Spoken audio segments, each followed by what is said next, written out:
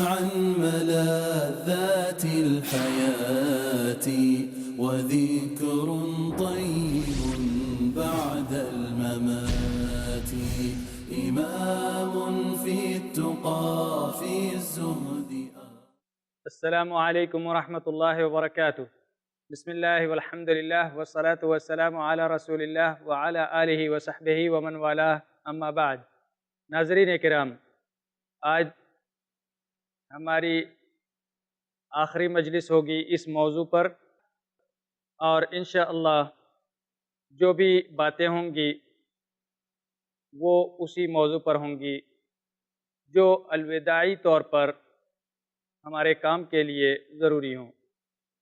جیسا کہ ہم نے اس سے پہلی مجلس میں ان باتوں کا ذکر کیا تھا کہ انسان اپنے نفس پر محنت کرے، جب کوئی عبادت کرے تو دل و جان سے، جسم کے ساتھ ساتھ دل و جان سے کرے، ایسا نہیں کہ صرف جسم سے، اور اسی طرح اپنے نفس کے ساتھ اللہ تبارک و تعالیٰ سے جڑنے کی کوشش کرے۔ غذا دونوں کی الگ الگ ہے، جسم کو الگ غذا دیتا ہے، اسی طرح اپنے کو بھی غذا پہنچائے، اپنی روح اور اپنے نفس کو غذا دے، جو کہ غذاء القلوب کہلاتے ہیں۔ عبادات نفس اور انسان کے غذا ہیں، جسم کی غذا کھانا پینا ہے۔ غذاء القلوب میں وہ ساری چیزیں آ جاتی ہیں جن کو ہم انسانیت کہہ سکتے ہیں، نماز، روزے، حج، زکوٰۃ، یا ایمان کے جو 70 سے زیادہ شعبے ہیں، وہ تمام کے تمام غذا ہیں، روح کے، نفس کے غذا ہیں، اور اسی سے نفس زندہ رہتا ہے۔ روح کو اگر زندہ رکھنا ہے تو انہی چیزوں سے زندہ رکھا جا سکتا ہے، جیسا کہ اللہ تبارک و تعالیٰ نے فرمایا کہ اللہ کے ذکر میں دلوں کو سکون ملتا ہے۔ جب انسان کو بھوک لگے، کھانا کھا لیتا ہے تو اسے سکون ملتا ہے۔ جب روح کو بھوک لگے تو اسے ذکر کے ذریعے سے اس کا پیٹ بھر دیا جائے، اسے سکون ملے گا۔ اور ذکروں میں سب سے بڑا جو ذکر ہے وہ نماز ہے، جیسا کہ اللہ تعالیٰ نے فرمایا اقیم الصلاۃ لذکری، میرے ذکر کے لیے نماز قائم کرو۔ نماز بہت بڑا ذکر ہے۔ اسی طرح سے روزہ اللہ ہی کے ذکر میں سے ہے، حج اللہ کے ذکر میں سے ہے، اسی طرح جتنے بھی احکام قرآن و حدیث میں آئے ہیں وہ سب کے سب روح کے لیے غذا ہیں، اس کی تسکین کے لیے ذریعہ ہیں، اور روح کی صحت یابی یا اس کی تندرستی کے لیے ذرائع ہیں۔ ان کے ذریعے سے اپنی روح کو سکون پہنچایا جا سکتا ہے، اسے صحت مند رکھا جا سکتا ہے۔ یہاں ہمیں ایک چیز جاننی چاہیے کہ ہماری جو انسانیت کی عمارت ہے ہم نے تعمیر کر لی، اب اس کے بقا کے لیے ہمیں دو چیزیں سوچنی ہے۔ ایک تو یہ کہ ہم اسے کس طرح سے مستحکم بنا دیں، کس طرح سے اس کے اندر استحکام اور مضبوطی پیدا کریں، وہ عمارت مضبوط سے مضبوط رہے۔ اس کے لیے ہمیں کیا کرنا پڑے گا تاکہ شیطان اگر اس پر حملہ کرے بھی تو وہ اسے مفلوج نہ کر سکے۔ انسانیت کی عمارت کو مضبوط بنانے کے لیے کئی ایسے اعمال ہیں، جیسے کہ اللہ کے رسول صلی اللہ علیہ وسلم نے فرمایا کہ اللہ تعالیٰ فرماتا ہے، یعنی کہ یہ حدیث قدسی ہے، ما زال العبد یتقرب الی بالنوافل۔ پوری حدیث میں اللہ تبارک و تعالیٰ نے یہ کہا ہے کہ میرا بندہ میری طرف پیش قدمی کرتا رہتا ہے، دھیرے دھیرے دھیرے دھیرے آگے بڑھتا رہتا ہے، یہاں تک کہ وہ میرے قریب آ جاتا ہے۔ جب قریب آ جاتا ہے، اتنا قریب کہ میں اس کا ہاتھ بن جاتا ہوں۔ کس چیز کے ذریعے؟ نوافل نفلیں پڑھتا ہے، نفلی نمازیں پڑھتا ہے، نفلی صدقہ کیا کرتا ہے، نوافل حج کیا کرتا ہے، نوافل عمرے کیا کرتا ہے۔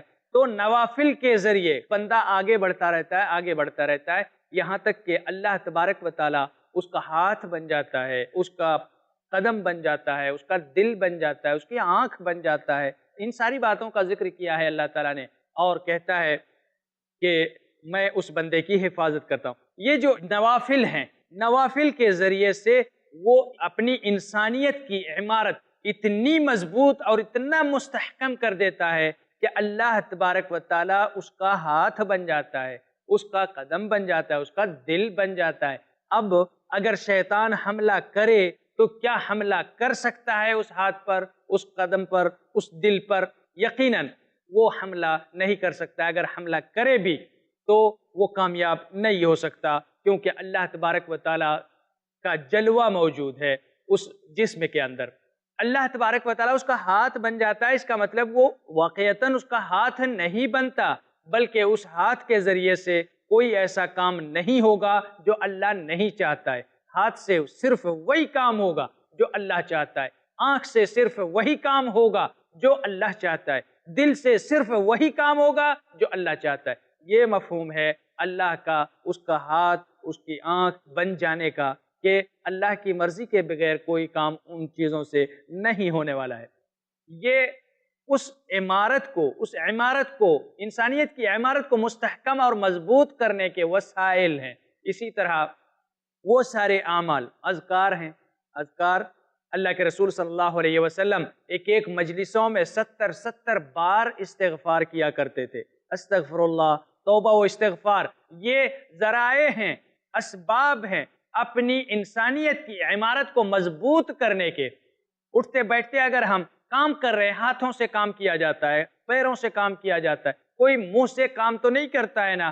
زبان جاری رہے اور استغفر اللہ، الحمدللہ، سبحان اللہ ایسا اگر کہا جائے کوئی نقصان نہیں ہے، ہمارے کام میں کوئی خلل نہیں پڑے گا۔ کام تو ہاتھ سے کر رہے ہیں، قدموں سے کام کر رہے ہیں، لیکن زبان تو خالی ہے نا۔ زبان پر اگر یہ جاری رہے، بار بار ہم اللہ کا نام لیں، ذکر کریں، سبحان اللہ، الحمدللہ، لا الہ الا اللہ، تو ہمیں کام میں کوئی خلل نہیں ہوگا۔ اور دوسری طرف ہماری انسانیت کی جو عمارت ہے، وہ عمارت مضبوط سے مضبوط تر بنتی جا رہی ہے۔ ہماری انسانیت کی عمارت مضبوط بن رہی ہے۔ عمارت کی مضبوطی کے ساتھ ساتھ ہمیں اس کے تحفظ کے لیے سوچنا چاہیے۔ تحفظ میں سب سے پہلے اللہ تبارک و تعالیٰ کے اس کلام کو یاد کریں جہاں وہ بار بار ہوا پرستی سے منع کرتا ہے۔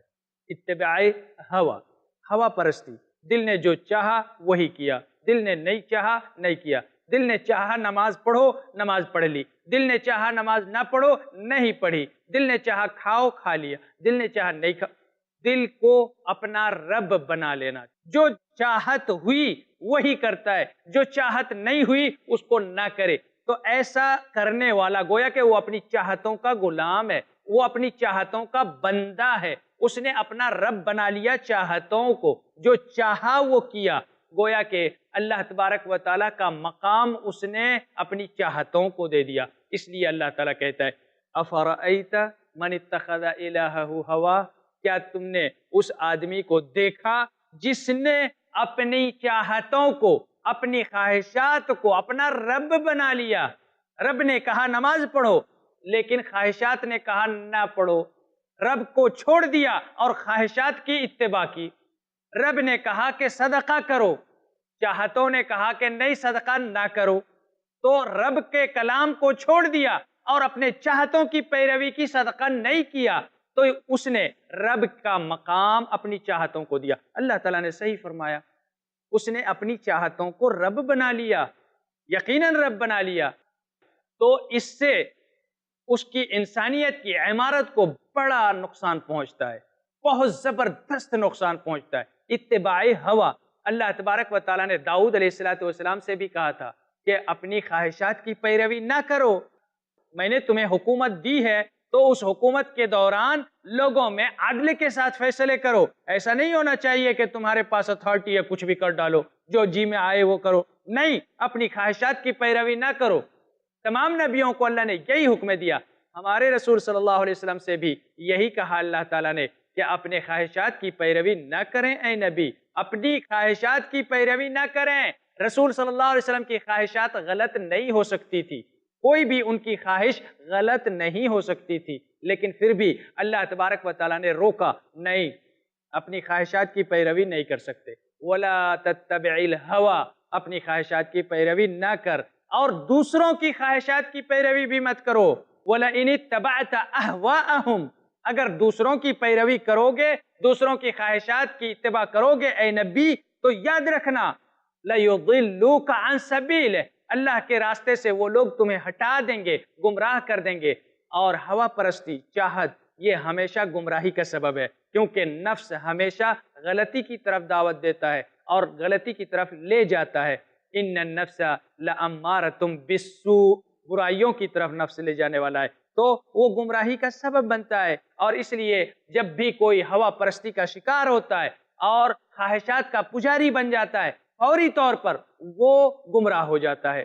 اللہ تعالیٰ نے کہا افرأیت من اتخذ الہہ ہواہ، جانتے بوجھتے ہوئے، اس کے پاس علم ہے یہ غلط ہے، پھر بھی چاہت ہے، دل نے چاہا اس لیے کر لیا، جو دل نے نہیں چاہا نہیں کیا، جبکہ اس کے پاس علم ہے، جانتا ہے یہ غلط ہے، پھر بھی وہ ایسا کر رہا ہے۔ وجہ کیا ہے؟ جب اس نے خواہشات کی پیروی کی، اللہ نے اسے گمراہ کر دیا۔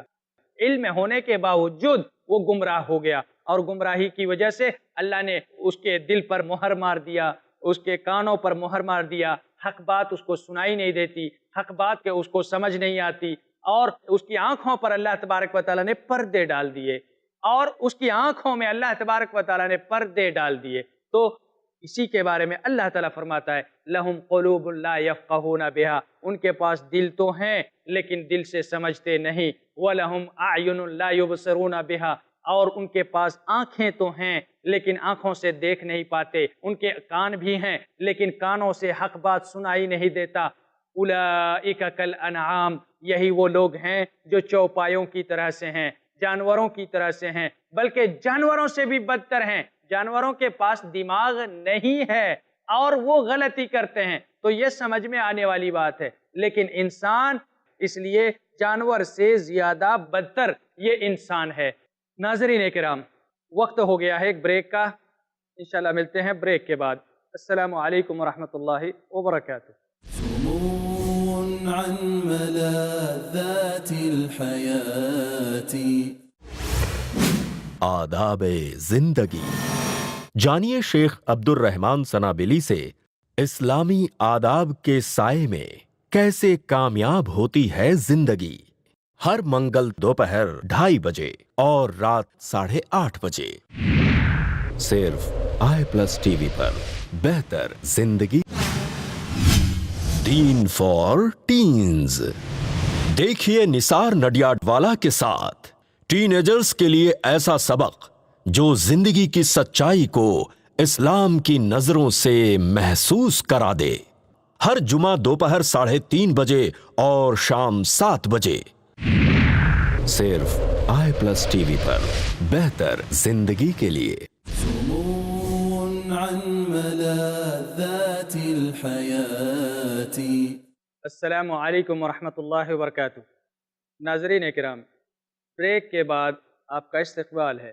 تعمیر انسانیت کے استحکام اور اس کے تحفظ کے بارے میں باتیں چل رہی ہیں۔ ہوا پرستی سے اپنی عمارت کو بچانا ضروری ہے، کیونکہ یہ ایسی بیماری ہے جو انسانیت کی بلند ترین اور مضبوط ترین عمارت کو بھی منہدم کر سکتی ہے۔ ہوا پرستی وہ بیماری ہے، اس لیے ہوا پرستی سے اپنے نفس کو بچانے کی ضرورت ہے، اپنی انسانیت کی عمارت کو بچانے کی ضرورت ہے، اور پھر اس کے استحکام کے لیے وہ سارے ذرائع جن کو ہم کہہ سکتے ہیں علم حاصل کرنا، علم حاصل کرنے سے بھی انسانیت کی عمارت مضبوط ہوتی ہے اور اسے تحفظ ملتا ہے۔ اسی طرح اہل علم کی صحبت اختیار کرنا، برے لوگوں میں رہیں گے برے بنیں گے۔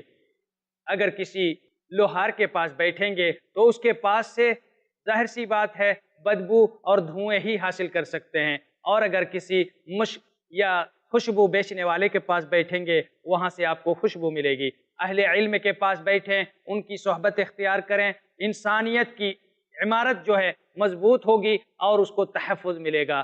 دین کی معرفت حاصل کریں، اور خاص طور سے وہ 3 بنیادی اصول دین کے بارے میں ان کو حاصل کریں۔ ایک تو اللہ کی معرفت اور اس کے جو لوازمات ہیں ان چیزوں کو جانیں، اللہ کے حقوق وغیرہ کو جانیں، اس چیز کو جانیں اور اس کی معرفت حاصل کریں۔ دوسرے نمبر پر ہمیں چاہیے کہ اپنے دین کی معرفت حاصل کریں، اللہ کی معرفت اور دین کی معرفت۔ جن مسائل کی ضرورت ہے ان کو کتاب و سنت کی رہنمائی میں اچھے انداز میں ہم ان کو سیکھ لیں، دلائل کے ساتھ اور بصیرت کے ساتھ، دل و جان اور جسم کے ساتھ ہم عبادتوں کو انجام دیں، تاکہ ہماری جو انسانیت کی عمارت ہے وہ مضبوط رہے اور اس کو تحفظ میں ملے۔ اسی طرح ہم اپنے رسول صلی اللہ علیہ وسلم سے لو لگائیں۔ رسول کی معرفت بھی ضروری ہے، اللہ کی معرفت، دین کی معرفت، رسول صلی اللہ علیہ وسلم کی معرفت اور ان سے محبت، اس کے بعد ہی ہم انسانیت کی عمارت کو مکمل طور پر کمپلیٹ کر سکتے ہیں اور وہ مضبوط ہوگی اور شیطان کے حملے سے اللہ تبارک و تعالیٰ اس عمارت کو تحفظ عطا کرے گا۔ اسی طرح ہم اپنی عمارت کو اتباعی کتاب و سنت کے ذریعے مستحکم بنا سکتے ہیں، اپنی انسانیت کی عمارت کو اتباعی کتاب و سنت کے ذریعے، کیونکہ اللہ تعالیٰ کا یہی حکم ہے، باپ دادا کے رسم و رواج کو نہ دیکھو، فلاں مفتی کیا کہہ رہا ہے یہ نہ دیکھو، یہ بھی نہ دیکھو کہ کتنا بڑا عالم ہے جو کہہ رہا ہے، بلکہ یہ دیکھو کہ قرآن کیا کہہ رہا ہے اور حدیث مصطفیٰ صلی اللہ علیہ وسلم کیا کہتی ہے، کیونکہ اگر دین ہے، انسانیت ہے تو یہی دو چیزیں ہیں۔ اللہ کے رسول صلی اللہ علیہ وسلم نے فرمایا تھا ترکت فیکم امرین لن تضلوا ما تمسکتم بہما کتاب اللہ و سنتی۔ اللہ کے رسول صلی اللہ علیہ وسلم نے فرمایا میں تمہارے لیے دو چیزیں چھوڑ کر جا رہا ہوں، جب تک ان دونوں کو مضبوطی سے تھامے رہو گے کوئی گمراہ نہیں کر سکتا، تمہاری انسانیت کی عمارت کو کوئی منہدم نہیں کر سکتا، شیطان تم پر حملے کر کے بھی کامیاب نہیں ہو سکتا، تمہیں نہیں گمراہ کر سکتا۔ وہ دو چیزیں کیا ہیں؟ کتاب اللہ، اللہ کی کتاب قرآن کریم ہے، وہ سنتی، میری سنت یعنی حدیث، قرآن اور حدیث یہی دونوں اسلام ہیں۔ ان دونوں کو اگر مضبوطی سے پکڑا جائے، ان کی اتباع کی جائے تو یقیناً ہم اپنی عمارت کو قائم رکھنے میں اور شیطان کے حملے سے بچانے میں کامیاب ہو سکتے ہیں۔ اللہ تعالیٰ نے بھی یہی فرمایا اتبعوا ما انزل الیکم، اس چیز کی اتباع کرو جو تمہارے اوپر نازل کی گئی ہے، قرآن اور حدیث۔ قرآن کے الفاظ اللہ کے ہیں، حدیث کے الفاظ نبی کے ہیں، ورنہ دونوں وحی ہیں اور دونوں اللہ ہی کی طرف سے ہیں۔ قرآن کے الفاظ اللہ کے اور حدیث کے الفاظ مصطفیٰ صلی اللہ علیہ وسلم کے، بس اتنا سا فرق ہے، ورنہ دونوں باتیں اللہ ہی کی طرف سے آئی ہیں۔ اس کے علاوہ ہم اپنے کو اس چیز پر ڈھال لیں جس پر سلف امت نے اپنے کو ڈھالا، اور وہ ہے تزکیہ نفس۔ نفس کا جب ہم تزکیہ کریں گے اور اس سانچے میں ڈھل جائیں گے تو یقیناً ہم اپنی عمارت میں کامیاب ہوں گے، اس کو تحفظ دینے میں بھی کامیاب ہوں گے اور دین و دنیا کی کامیابی حاصل کر سکتے ہیں، جیسا کہ ہمارے سلف نے وہ کامیابی حاصل کی۔ اور انہی کامیابیوں کے ساتھ ہم یہ احساس کر سکتے ہیں، ہم اس چیز کا ادراک کر سکتے ہیں کہ اس دنیا میں ہمیں جو بھیجنے کا مقصد تھا اس مقصد کو حاصل کرنے میں ہم کامیاب ہوئے۔ ہمیں ایک احساس ہوگا، خوشی ہوگی کہ جب ہم دنیا سے جا رہے ہوں گے تو ہمیں خوشی ہوگی کہ اللہ نے ہمیں جس کام کے لیے دنیا میں بھیجا تھا ہم نے کچھ نہ کچھ اس میں پیش قدمی کی ہے۔ اللہ تبارک و تعالیٰ سے دعا کرتے ہوئے ہم دنیا سے جائیں گے کہ اے اللہ جو کچھ ہم نے پیش قدمی کی ہے اس کو تو قبول فرما، اور اگر ہم جان ہی نہ پائے ان چیزوں کے بارے میں اور انسانیت ہماری دم توڑ دے اسی دنیا میں تو یقیناً ہم جب دنیا سے جا رہے ہوں گے ہمیں بہت زیادہ افسوس ہوگا، اور اس وقت افسوس کا کوئی فائدہ نہیں ہوگا۔ ہمارے اس انسانیت کی جو دیوار ہے اس کے استحکام کے لیے ہمیں اللہ تعالیٰ کا کلر صبغۃ اللہ ومن احسن من اللہ صبغہ، اللہ کے رنگ میں رنگ جاؤ، اس کا رنگ جو ہے وہی تو ایک رنگ ہے، اس کے علاوہ اور کون ایسا ہے جو اللہ کے رنگ سے زیادہ بہتر رنگ ہو۔ یقیناً یہ وہ ساری باتیں ہیں جو ہمارے دل میں تھیں اور ہم آپ تک ٹرانسفر کرنا چاہتے تھے، دل سے آپ کے دل تک، اور یہ وہ باتیں ہیں جن کو سمجھنا اور جاننا ہر مسلمان کے لیے ضروری ہے تاکہ اس کی زندگی میں وہ بہار آئے جو ایمان اپنے ساتھ لایا کرتا ہے۔ ہم نے چونکہ وہ بہار نہیں دیکھا ہے کیونکہ ہم نے ایمان کے اس لذت کو، اس مزہ کو چکھا نہیں ہے، کیونکہ ہم نے ایمان کی حلاوت اور اس اصلیت کو جاننے میں غلطی کی ہے۔ اگر ہم اس چیز کو جان لیں، اس نقطے پر پہنچ جائیں تو یقیناً ایمان اور اسلام کے اندر وہ حلاوت ہے، وہ لذت ہے، وہ مزہ ہے جس کو ہم چکھ سکتے ہیں۔ جیسا کہ اللہ کے رسول صلی اللہ علیہ وسلم نے فرمایا کہ جو اس درجے تک پہنچ گیا ذاق حلاوت الایمان، اس نے ایمان کے مٹھاس کو چکھ لیا۔ یقیناً یہی وہ مرحلہ ہے جہاں ہم اللہ تبارک و تعالیٰ سے دعا بھی کریں گے اور ساتھ میں توفیق بھی طلب کریں گے، اور یہ جو ہماری عمارت ہے اس کے لیے ایک نصیحت بھی ہم عام سامعین کے لیے عرض کرنا چاہیں گے۔ یقین محکم، عمل پہ ہم، محبت فاتح عالم، جہاد زندگانی میں یہ ہیں مردوں کی شمشیریں۔ جہاد زندگانی جو ہے یہاں تیر و تلوار سے نہیں لڑا جاتا، بلکہ یہ جو یقین محکم ہے، عمل پہ ہم ہے اور محبت فاتح عالم، یہ تین چیزیں ہیں جو اسلحے، ڈھال اور تلوار کا کام کرتی ہیں۔ یہ ہیں مرد مومن کے اسلحے جن کے ذریعے سے دنیاوی زندگی کے معرکہ کارزار میں وہ جہاد کرتا ہے، اور اسی سے وہ کامیاب ہو سکتا ہے۔ اگر وہ اپنی طاقت سے لڑے یقیناً اسے کامیابی نہیں ملے گی، کسی اور چیز سے لڑے اسے کامیابی نہیں ملے گی، لیکن اگر ان چیزوں سے لڑے گا، ان اسلحوں سے لڑے گا، اسے کامیابی ملے گی۔ اور پھر آخر میں مجھے کچھ اشعار یاد آ رہے ہیں، وہ آپ کے نظر کرنا چاہوں گا۔ جب تک رہے تم دست نگر اپنے خدا کا، جب تک رہے تم دست نگر اپنے خدا کا، ہونے نہ دیا اس نے تمہیں غیر کا محتاج۔ لیکن ان ہاتھوں سے جب ہی رشتہ رضا کا چھوٹا تو نہ تھا تخت، نہ تھا بخت، نہ تھا تاج۔ اب بھی اگر جھک جاؤ گے اللہ کے آگے، اب بھی اگر جھک جاؤ گے اللہ کے آگے، ہو جاؤ اگر خاک درے صاحب معراج۔ مٹی کو جو چھوؤ گے تو ہو جائے گی سونا، پتھر کو اچھالو گے تو ہو جائے گا پخراج۔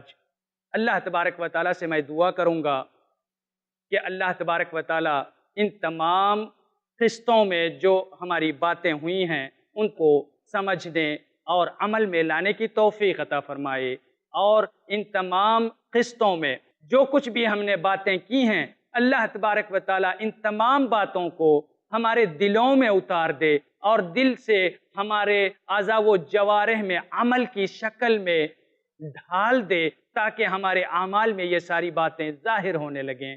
ہمارے نفس کو سمجھنے میں غلطیوں سے بچائے، ہم اپنے نفس کی اصلاح کریں، اس کا تزکیہ کریں اور اپنے نفس کو پہچان کر اس کو صحیح راہ دیں، اس کی توفیق عطا فرمائے۔ اللہ نے جن کاموں کا ہمیں مکلف بنایا ہے، اپنی انسانیت، اپنی فطرت، اپنی عادات کو بدلنے اور صحیح راستے پر لگانے، فطرت پر واپس لانے کا مکلف بنایا ہے، اس تکلیف پر اللہ تعالیٰ ہی ہمیں مدد فرمائے۔ ہم اپنی طرف سے یہ کام نہیں کر سکتے۔ اللہ سے دعا ہے کہ وہ ہمیں اس دنیا میں بھی مدد فرمائے اور آخرت میں بھی مدد فرمائے، اور جہاں کہیں بھی ہمیں مدد کی ضرورت پڑے، کیونکہ وہ اللہ، وہ ہمارا خالق ہے، مالک ہے، مدبر ہے، وہی ہے جو ہر حال میں ہمیں کامیاب اور ناکام کرنے والا ہے۔ تو ہم اس سے ناکامیوں سے حفاظت اور کامیابیوں کے سوغات طلب کرتے ہیں۔ اے اللہ، ہم جہاں کہیں بھی ہوں، جس حال میں بھی ہوں، ہمارے دین و ایمان کی حفاظت فرما، شیطان کے حربوں سے ہمیں بچا، اور ہمارے دلوں کے اندر وہ نور ایمان پیدا فرما، وہ ذوق ایمان عطا فرما کہ دنیا کا کوئی بھی فتنہ ہمارے ایمان کو کمزور نہ کر سکے، ہماری انسانیت کو کمزور نہ کر سکے۔ اور اے اللہ، پوری دنیا کے مسلمانوں کے لیے ہماری یہی دعائیں ہیں، دنیا کے سارے فتنوں سے، سارے شرور سے، ساری بلاؤں سے، سارے آفات سے حفاظت فرما، ہمارے جسموں کی بھی حفاظت فرما، ہمارے دین و ایمان کی بھی حفاظت فرما، ہمارے اسلام اور مذہب کی بھی حفاظت فرما، اور اے اللہ قرآن و سنت کی بھی حفاظت فرما۔ تمام مسلمانوں کو واپس لا، اے اللہ تمام مسلمانوں کو واپس لا دین کی طرف۔ اے اللہ، ہماری یہ دعا ہے، ہم تمام مسلمانوں کو دین کی طرف واپس لا اور ردن جمیلا، بہترین واپسی فرما، تاکہ ہم جب کبھی اے اللہ تیرے سامنے آئیں تو تیری رضا کے ساتھ ہم تجھ سے ملاقات کر سکیں۔ والسلام علیکم ورحمۃ اللہ وبرکاتہ۔ سمو عن ملاذات الحياة وذكر طيب بعد الممات، إمام في التقى في الزهد